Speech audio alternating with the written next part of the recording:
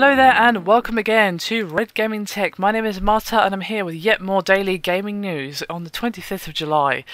This time I've got some news for you concerning Dragon Age, as a BioWare producer by the name of Cameron Lee has confirmed that saves files from earlier installments of Dragon Age will transfer across to Dragon Age Inquisition.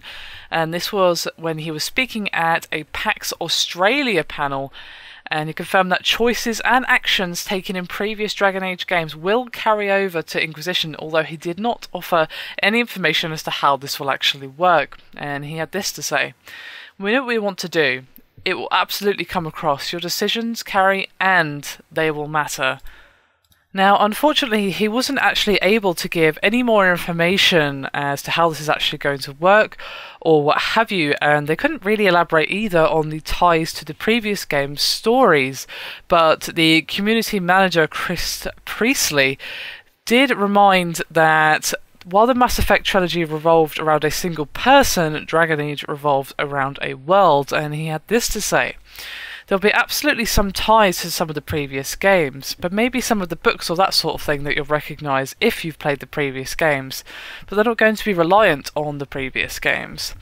So basically there's not really any good specific information regarding this. It was a little bit of a shame. I do wonder how exactly this is going to work, but they unfortunately weren't able to give any details other than what I've already told you. Now, this is pretty cool. Obviously, the transferring saves feature was a fairly large part of Mass Effect. Of course, your decisions would carry from Mass Effect 1 to 2 to 3, and that was a pretty awesome thing to see. And whether or not you agreed with how they impacted the story or what have you is a completely different discussion, but it's a nice thing to have when you've got a trilogy like that. It doesn't work quite as well for Dragon Age because, as they said, well, it's revolving around a world rather than a single person, but still, it's an interesting thing to see, and I'd be curious to know how this is actually going to impact your story, like the previous decisions you made and all that. How is it actually going to change the story, characters and quests? That's what I want to know, really, but obviously we won't actually get to know that until closer to the time, or maybe not even until the game actually comes out. It's really tough to say.